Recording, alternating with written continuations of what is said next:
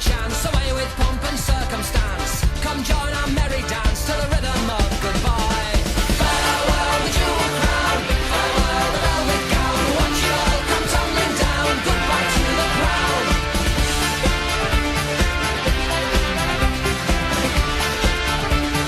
Goodbye to the crown. Goodbye to the king of nothing really. Wave of a hand and a life of Riley. Pot Nazi, Pod King Billy. Goodbye to the crown. Goodbye to the dear old mum, mummified on gin and rum. Smile and wave and just play dumb. Goodbye to the crown.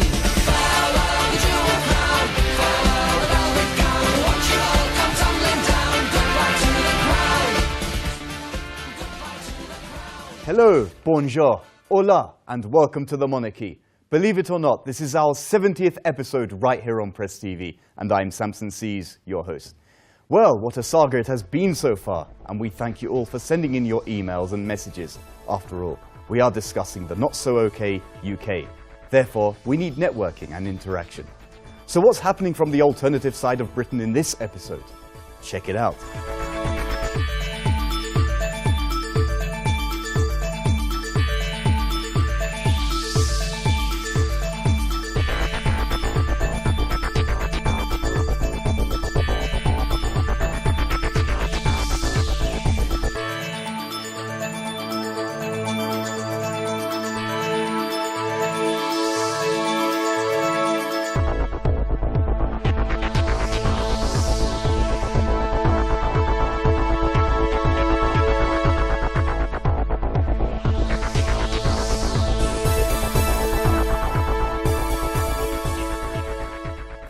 Things are still looking too wet for the UK. But aside from that, here are some more important stories. The headlines. Let's hear them. British Prime Minister David Cameron's Conservative Party has lost its position to the country's anti-EU party that managed to grab a seat in a parliamentary by-election. The anti-European Union UK Independence Party, or UKIP, has pushed Cameron's ruling Conservative Party into the third place in a single parliamentary seat vote won by the opposition Labour Party. Labour won the Wythenshawe and Sale East seat on the outskirts of Manchester with 13,261 votes, while second-placed UKIP received 4,301 votes, and the Conservatives managed to grab just 3,479 votes. British Prime Minister David Cameron has gone back on his pledge to let voters recall disgraced parliamentarians, sparking a furious coalition row.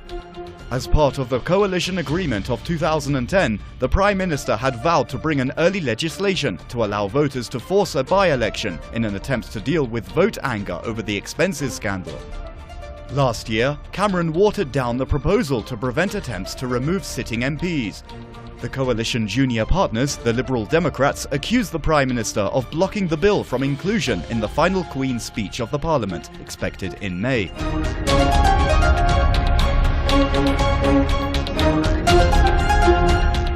Prince Charles, the heir apparent to the British throne, made a 4-day official visit to Saudi Arabia and Qatar this month. He met King Abdullah bin Abdulaziz Al Saud and Sheikh Tamim bin Hamad Al Thani during his trips. In March 2013, Prince Charles and his wife Camilla, Duchess of Cornwall, also visited Saudi Arabia as part of a 9-day tour of the Middle East with stops in Jordan, Qatar and Oman. This comes as Britain, as well as Saudi Arabia and Qatar, are considered as major foreign supporters of the ongoing militancy in Syria. Joanna Dennehy's case is turned to one of the most shocking in recent British criminal history. Not only because of the brutal nature of the criminal acts, but also because of the apparent lack of motive for them.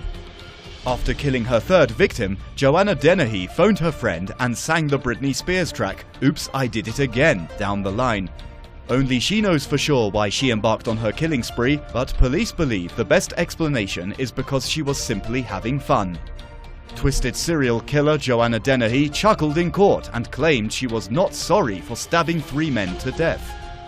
And as Dennehy was let out of Cambridge Crown Court at the end of the hearing, she said, "I want everyone to know I am sorry about the attempted murders, but I am not sorry for the murders." An urgent inquiry has been launched in Britain into allegations that British doctors have secretly given deadly overdoses to terminally ill children in unlawful mercy killings.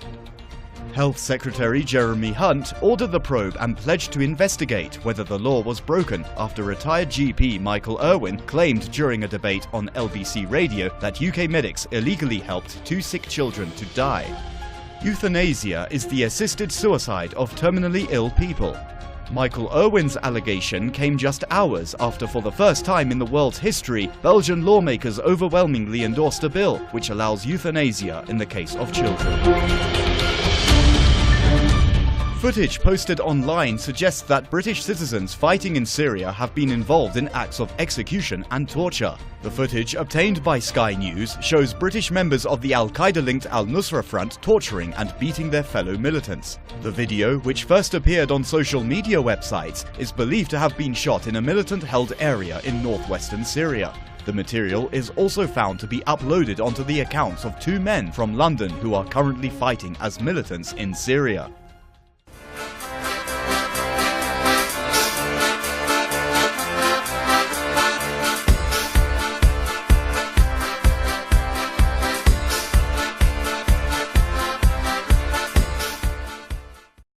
The flooding in the Thames region is not due to the river bursting its banks. Oh no, the issues are far more complex than that. While the UK government admits failings over flood response, some point fingers at the wrong long-term policies by the recent consecutive governments. Paul Mitchell of International Committee of the Fourth provides his analysis about the roots of the current natural catastrophes. There is absolutely no sign of this threat abating, and with further rain and strong winds forecast throughout the week, things may well get worse before they get better. Torrential rain has led to the deaths of several people in recent weeks and flooded thousands of homes in the UK, many of which have suffered the same misfortune at regular intervals over the last few years. Large areas of prime agricultural land have been submerged under the highest ever recorded water levels. The Environment Agency has issued 16 severe flood warnings, meaning danger to life, 2 in the Somerset levels and 14 for towns and villages in the Thames Valley to the west of London. More than 350 other flood warnings and alerts are also in place, mainly in southern England and the Midlands. Rail links to the southwest of the country have been cut by landslides. The government has sought to shift blame for the weeks of misery and chaos caused by the floods onto the Environment Agency. Accusations by Floods Minister Eric Pickles that the agency was driven by political correctness, gave bad advice to the government, and attempted to divide town and country over funding matters have been met with almost universal scorn. I think it's been a very unhappy time for Lord Smith, and no doubt his lordship's reflecting on the feedback that he's got from the people of Somerset. But at least the Environment Agency won't have to organise a focus group to understand what people think. The Chartered Institution of Water and Environmental Management called his outburst absolute tosh, and that the real problem was huge cuts to the EA's funding. The flooding has revealed the decay in the physical and social infrastructure of Britain, overseen by the Conservative-led coalition government and its Labour Party predecessor. Decades of underinvestment in critical social infrastructure, including flood prevention projects, have resulted in a social catastrophe. The Somerset levels and moors were once held up as the prime example of flood control. The levels are a man-made low-lying environment reclaimed from the sea centuries ago. Flooding has occurred most winters, but it has been controlled by a complex and interrelated system of pumping, maintenance, dredging, and the use of water meadows or washlands to absorb storm surges. Following the floods in the winter of 1999 to 2000, the water meadows were overwhelmed and new areas of houses, businesses, agricultural land, roads, and nature reserves were flooded for several weeks. Scientific reports called for the creation of temporary flood storage areas on higher areas, the restitution of dredging and maintenance of river channels in the tidal areas that had been abandoned, the upgrading of pumping stations, an increase in the use of water meadows, the building of a tidal sluice or barrier in the Bristol Channel, and restricting new development on the floodplain.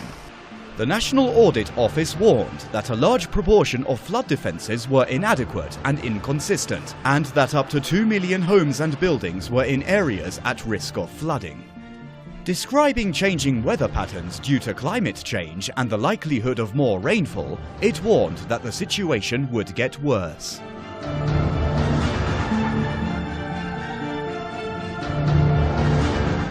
Most of these recommendations were ignored by the Labour government, which set about slashing the EA's budget and workforce. By 2008, the EA had decided that providing a robust economic case for maintenance works on the Somerset levels and moors remains a challenge, and that it was doubtful that all the pumping stations were necessary. Following the floods in 2010 and 2012, Somerset Drainage Board's Consortium Chief Executive Nick Stevens told a local meeting that the EA has agreed that desilting or dredging would substantially alleviate flooding and reduce disruption and financial consequences to the country, but doesn't have the money to meet the estimated £2 million cost. The Parliamentary Environment, Food and Rural Affairs Committee has also investigated the 2012 floods and identified specific pinch points, including the Perrett River on the levels. Across the UK, the committee stated that investment remains insufficient to meet growing flood risk, and that just a worthless extra £20 million every year for the next 25 years was needed to keep pace with threats due to climate and demographic changes. The committee revealed that the so-called partnership model used to justify budget cuts and a shift away from public provisions of vital services had led to the withdrawal of the EA from maintenance activity and placed additional cost burdens on councils, which were also suffering cuts. The hope that private sector money would make up the shortfall had secured very little to date. I don't think, certainly the people I've met here overnight and this morning, I think what they're more interested in is not who's blaming whom, but how people are working together to make sure that their businesses are back to full strength, that their homes are kept safe and their farms are back to full operation. Basically what we want to happen is want the man to stand up and say, I'm very sorry, we've got this wrong, we should have done this 12 months ago, we haven't, we'll do everything we can now to put things right, that's what we want to hear, but we're not hearing it. Built a home that we love living in a village that we love living in, because the people in this village are second to none. And look at it. I mean, you know, I feel seriously angry about this. Men on the ground are doing a fantastic job, but the men at the top don't know what they're doing. But it shouldn't have got to this stage, if you understand what I mean. I can't move my car, I can't go to work. This is just an ongoing thing with the council. People here who are suffering, and they will suffer, you know, not just emotional distress, but severe financial loss, because insurance companies never pay out 100%. My suggestion a couple of days ago was we could use a small fraction of the foreign aid budget to look after our own people. To see it now, it just breaks your heart. I feel numb, because this is the second time I've seen this. Last year they told us it was a 1 in 100 event, and we're here again. And it just isn't fair to do this to people. If that's what they want to do, is to turn the land back to what it used to be, buy our houses off us, all of us, buy our houses off us, all of us would move, because we do not want to live like this.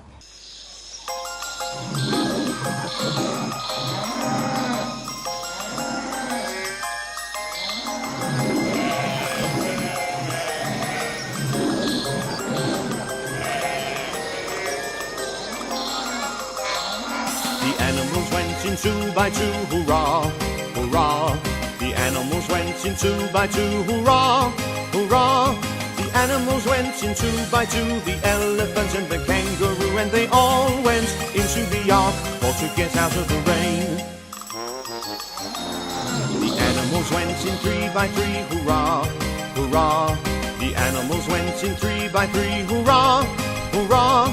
The animals went in 3 by 3, the wasp, the ant and the bumblebee, and they all went into the ark, for to get out of the rain. The animals went in fight for, hurrah, hurrah. It is estimated that the cost of clearing up after this winter's floods and storms could hit £1 billion.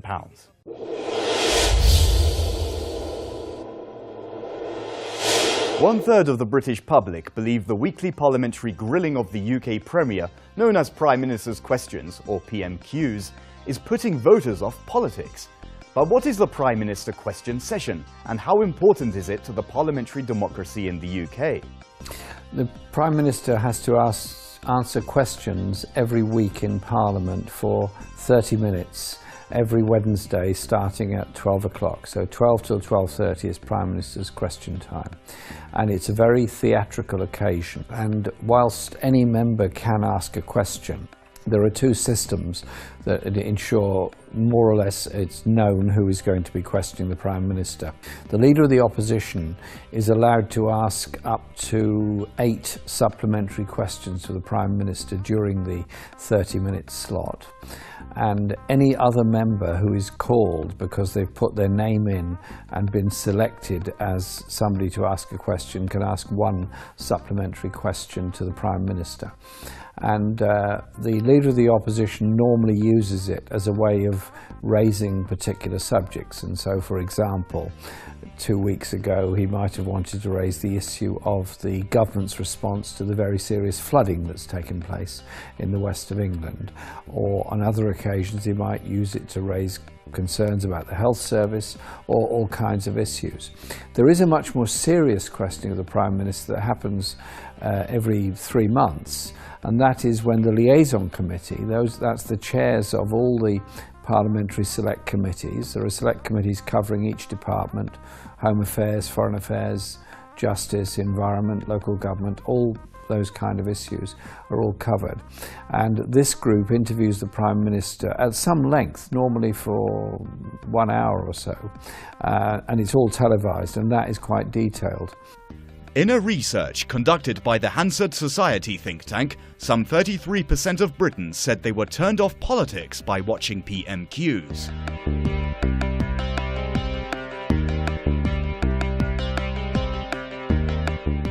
The Ipsos Mori poll of more than 1,200 people also found that 67% of the public think there is too much party political point scoring instead of answering the question during primetime debates in the House of Commons. Moreover, 47% of those polled agreed that the weekly sessions are too noisy and aggressive.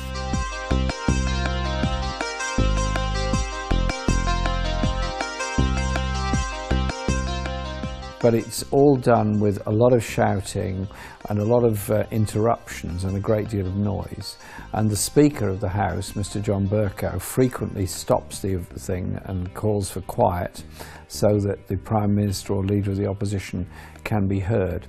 And it is more theatrical than information that we get. Meanwhile, the study suggested that Commons Speaker John Bercow should be given the power to sin bin misbehaving MPs for the remainder of the questions or for a number of hours. As many as other opinions say aye. Aye. Of the contrary, no. No. Division, clear the lobby. Well, if the answer is not satisfactory to the question that you've asked, then you don't have any comeback as an ordinary MP. So if I ask the Prime Minister if he's going to spend a great deal more money on my local hospital, for example, and he just says that I should be aware the government is putting much more money into the health service, or not, as the case may be, that is not a satisfactory answer to my question, but I have no comeback other than to do a written question to him or try and raise it as an individual debate in Parliament. And so the Prime Minister often replies to Ed Miliband, who's the Leader of the Opposition, by trying to ask him a question. It is called a theatrical procedure in Parliament. There is no leverage for MPs if they are not satisfied by the Prime Minister answers. So in this case, what is the point of PMQs? Well, good question. Prime Minister's Question Time has developed into this kind of big gladiatorial contest between the Prime Minister and the Leader of the Opposition. But in historical terms, that's fairly recent. An older MP once told me that in the 1950s, he's not an MP anymore, in the 1950s the Prime Minister would take questions and would quite often say to a member that subject has nothing to do with me, I don't know anything about it, you better ask the Minister of Transport. So if a member would get up and say, what are you doing about improving the railway line and the service in my constituency, now the Prime Minister would give some general answer without ever really knowing very much about the subject, and in reality the question should have been better put to the Minister of Transport. Putting aside all the formalities, we have asked ordinary citizens if they could have a private meeting with David Cameron. What would they say to him? To maybe try and attempt to cut the uni fees back down as much as possible, because obviously now 9,000 a year is getting a bit, you know, it's for a select group of people now really, so that's about it really. We'll increase the salary of academics. That's what I would say. Ooh. Ooh. What would I say? Do more for what the people of Britain want rather than what his party wants, because there are lots of sort of backbenchers in his party which you know, he's trying to please them rather than please the people that elected him, and like, you know, he can't even get the support of his party. I'd give him a slap. I'm joking. I'd just say that to listen to the people, I guess, and not be involved in wars abroad, and to focus on the economy in this country and domestic issues like they're closing hospitals here. You know, we have an increasing debt as well, so, you know, we can't afford to spend all of this money abroad and stuff. With David Cameron? I would say lots of things. I would be quite angry, I think. Why is your face so red? I'd ask him what his solid plans are for the future to improve the economy and get people working again. Oh, God. I couldn't tell you, to be honest with you. Well, I'm most concerned about our attitude on Syria at the moment, and that we're not taking any refugees, even on a temporary basis. So that's my particular area of concern. Can't see a point. I've got nothing to say, really. Well, I think the current approach to fixing the economy, so to speak, is, in my view, disastrous. I think the cuts they're making relentlessly are more ideological than they are practical. I think a lot of people are suffering and will suffer as a result of these cuts. I think education is suffering, the National Health Service is suffering, higher education is suffering, certainly the arts and social services are suffering. Now, I do realise why nearly a third of the public say they're put off politics by Prime Minister's question time. I can well understand that. But I ask people to look at it the other way around. It is good that the head of the government, the Prime Minister, is called to account. You can put questions to him.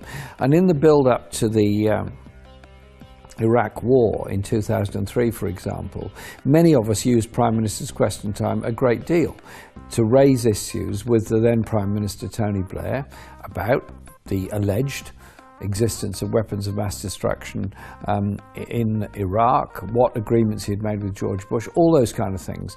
And Blair would have to give some kind of answer. I think that, personally, Prime Minister's question time should last for longer. Maybe there should be more specific subjects within it for individual members to ask questions, and a second supplementary question for each MP. So the Prime Minister couldn't just get away with an answer such as the general one that I've suggested about health. He would actually be forced to answer the question.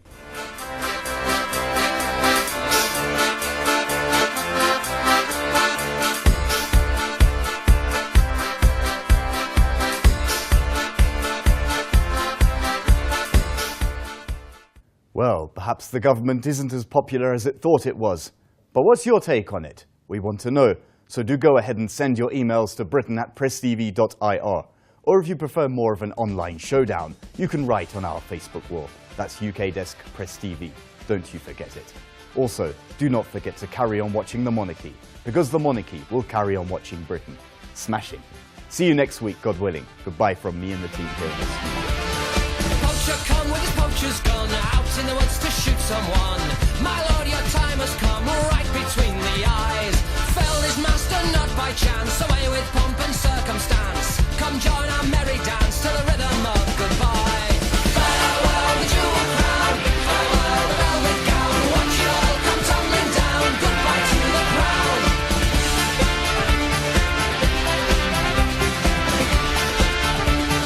Goodbye to the crown, goodbye to the king of nothing really. Wave of a hand and a life of Riley. Pot Nazi, Pod King Billy, goodbye to the crown.